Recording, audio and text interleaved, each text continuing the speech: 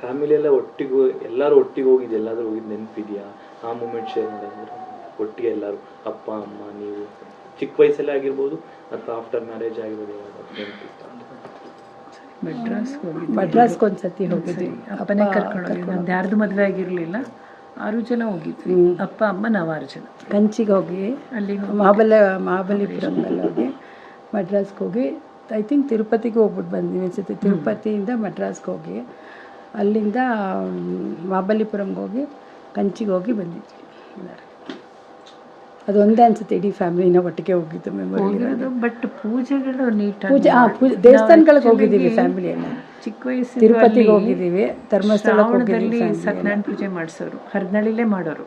ಅವಳು ನರಸೀಪುರದಲ್ಲಿದ್ದರೂ ಸಹ ನಾವೆಲ್ಲರೂ ಹೋಗುವು ಚಿಕ್ಕ ವಯಸ್ಸಿಂದ್ರು. ಅದು ಒಂದು ವಿಶೇಷ. ಆಮೇಲೆ ಶಿವರಾತ್ರಿ ದಿವಸ ಹರದಳ್ಳಿಗೆಲ್ಲರೂ ನಾವು ಒಟ್ಟಿಗೆ ಹೋಗ್ತಿದ್ವಿ. ಅದು ಬೆಂಗಳೂರಿಗೆ ಬಂದಮೇಲೆ ಸ್ವಲ್ಪ ವ್ಯತ್ಯಾಸಗಳಾಯಿತು. ಒಬ್ರಿಗೊಬ್ರು ಹೋಗ್ತಿದ್ವಿ, ಇಲ್ಲದಿದ್ರೆ ಹಾಗೆ ಇಲ್ಲದಿದ್ರೆ ನಾವು ಅಲ್ಲಿರೋ ಅಷ್ಟು ವರ್ಷವೂ ಯಾವಾಗಲೂ ತಪ್ಪಿಸಿಲ್ಲ.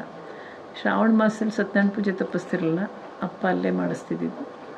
ಅದು ಅಜ್ಜಿ ತಾತ ಇದು ಆ ಕಾಲದಿಂದ, ಏಕೆಂದರೆ ಅಜ್ಜಿ ತಾತ ನಡೆಸ್ಕೊಂಬಂದಂಥದ್ದು ಅದು ಸತ್ಯನಾರಾಯಣ ಪೂಜೆ. ಶ್ರಾವಣದಲ್ಲಿ ರಂಗನಾಥ ಸ್ವಾಮಿ ಬೆಟ್ಟದ ಹೇಳ್ತಿದ್ರಲ್ಲ, ಅಪ್ಪ ಯಾವಾಗಲೂ ಹೇಳ್ತಾರೆ ಹೆಗರ ಮೇಲೆ ಕೂರಿಸ್ಕೊಂಡು ಹತ್ತೋರು. 4 ಶ್ರಾವಣ ಶನಿವಾರ ನಾವು ಹೋಗ್ತಿದ್ವಿ, ಉಪವಾಸ ಇರ್ತಿದ್ವಿ ಅಂಥೇಳಿ. ಕಾರ್ತಿಕದಲ್ಲಿ ಮಾಮೂಲಿ ವಿಶೇಷ ಇಲ್ಲಿ ದೇವಸ್ಥಾನದಲ್ಲೇ ಮಾಡೋರು, ಅಲ್ಲಿ ಶಿವರಾತ್ರಿ ವಿಶೇಷ. ಸೊ ಚಿಕ್ಕ ವಯಸ್ಸಲ್ಲೇ ಹಾಗೆ ಅಪ್ಪ ಬೆಳ್ಕೊಂಬಂದರೆ, ಅಮ್ಮನಿಗೆ ಅವರ ತಂದೆ ಪಟೇಲರು. ಅಲ್ಲಿ ಬೇಸಿಗೆನಲ್ಲಿ ಯಾವಾಗಲೂ ಅಷ್ಟು ಕೆಲಸ ಇರ್ತಿರ್ಲಿಲ್ವಲ್ಲ, ಅಮ್ಮ ಹೇಳ್ತಾ ಇರೋರು ಯಾವಾಗಲೂ ರಾಮಾಯಣ ಮಹಾಭಾರತ ತುಂಬ ಓದಿಸೋರಂಥವ್ರು. ಅದು ಅಮ್ಮನ ಮನಸ್ಸು ಮೇಲೆ ಭಾರಿ ಪರಿಣಾಮ ಇರೋದು. ನೈಟ್ ಊಟ ಎಲ್ಲ ಒಟ್ಟಿಗೆ ಮಾಡಿ ತುಂಬಾ ಜಾಸ್ತಿ ಟೈಮ್ ಇದೆಯಾ ಮೇಡಮ್? ನಾವು ಹಬ್ಬ ಹರಿದಿನ ಅಲ್ಲ, ನಮ್ಮ ಮದುವೆಗಳಿಗೆ ಮುಂಚೆ ನಾವೆಲ್ಲರೂ ಒಟ್ಟಿಗೆ ಊಟ ಮಾಡಿ ಅಭ್ಯಾಸ. ಹಬ್ಬದಲ್ಲಂತೂ ಮಿಸ್ ಮಾಡ್ತಿರ್ಲಿಲ್ಲ. ಎಲ್ಲ ಮದುವೆ ಆದಮೇಲೆ ಸ್ವಲ್ಪ ಎಲ್ಲ ಅವರವ್ರ ಅನುಕೂಲಕ್ಕಾಗಿ ಹಂಗಾಗಿರೋದು ಬಿಟ್ಟರೆ ಒಟ್ಟಿಗೆ ಊಟ ನಾವೆಲ್ಲ ಮಾಡಿಸಿದ್ದು. ಸ್ವಲ್ಪ ಬಾಲಣ ಲೇಟ್ ಊಟಕ್ಕೆ ಬರ್ತಿದ್ದು, ಅವರಿಗೆ ಕಾಯ್ತಿದ್ವಿ. ರಾತ್ರಿ ಮಾತ್ರ ಎಲ್ಲ ಒಟ್ಟು, ಮಿಕ್ಕಿದ ಟೈಮಲ್ಲಿ ಆಗ್ತಿರ್ಲಿಲ್ಲ. ಹಬ್ಬದಲ್ಲಂತೂ ಎಲ್ಲ ಒಟ್ಟಿಗೆ ಮಾಡ್ತಿದ್ವಿ. ಅಂದರೆ ಅಪ್ಪ ರಾಜಕೀಯದಲ್ಲಿ ಬ್ಯುಸಿ ಇರ್ತಿದ್ರಲ್ಲ, ಹಾಗಾಗಿ ಹಬ್ಬದ ಟೈಮಲ್ಲಿ ಮಾತ್ರ ಮಿಸ್ ಮಾಡ್ತಿರ್ಲಿಲ್ಲ ಅವರು ಜೊತೆಲಿರೋರು. ಅಮ್ಮ ಕೊನೆ ಟೈಮ್ಗಳಲ್ಲಿ ನಿಮ್ಗೆ ಏನಾದರೂ ಕೊನೆ ದಿನಗಳಲ್ಲಿ ಏನಾದರೂ ನಿಮ್ಗೆ ಸಂದೇಶ ಕೊಡೋ ರೀತಿ ಆ ಥರದ್ದು ಏನಾದರೂ ನಿಮ್ಗೆ ಫೀಲ್ ಆಗಿತ್ತು? ಬಟ್ ಮುಂಚಿನ ದಿನಗಳಲ್ಲೇ ನಂಗೆ ಹೇಳಬೇಕು ಅಂದರೆ, ಯಾರು ಏನೇ ಮಾಡಿದ್ರು ಯಾರ ಮೇಲೂ ದ್ವೇಷ ಸಾಧಿಸಬೇಡಿ ಅಂತ ಹೇಳೋರು. ಅದು ತುಂಬ ಹೇಳೋರು ಯಾವಾಗಲೂ. ಯಾರೇ ಬರಲಿ, ಅವ್ರಿಗೆ ಎಷ್ಟೇ ನೋವು ಮಾಡಿದ್ರು ಮನೆ ಬಾಗಿಲಿಗೆ ಬಂದ್ರು ಮಾಮೂಲಿ ಒಂಚೂರು ವ್ಯತ್ಯಾಸ ಇಲ್ಲದ ಧ್ವನಿ, ಮುಖದಲ್ಲಿ ಯಾವುದೇ ಥರ ಇದಿರ್ತಿರ್ಲಿಲ್ಲ.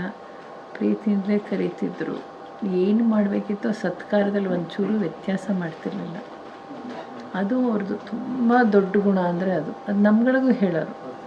ಯಾತಕ್ಕೆ ನಿಮಗೆ ಬದುಕರ್ಥ ಆಗ್ತಿಲ್ಲ, ನಿಮಗೆಲ್ಲ ಸಿಟ್ಟು ಮಾಡ್ಕೋಬೇಡಿ, ತಾಳ್ಮೆಯಿಂದಿರಿ, ತುಂಬ ಹೇಳೋರು.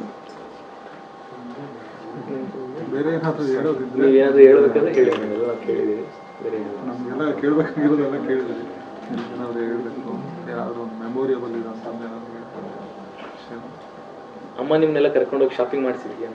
ಅವ್ರು ಯಾವತ್ತೂ ಶಾಪಿಂಗೇ ಹೋಗ್ತಿರ್ಲ ಬಿಡಿ.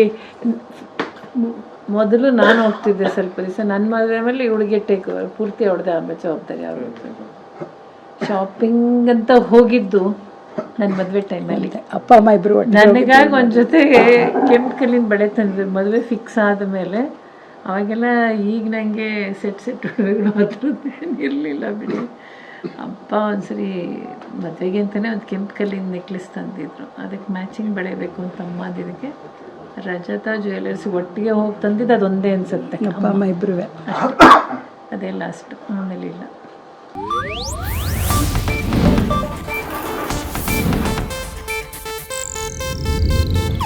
ಇದು ಏಷ್ಯಾನೆಟ್ ನ್ಯೂಸ್ ನೆಟ್ವರ್ಕ್ ಪ್ರಸ್ತುತಿ.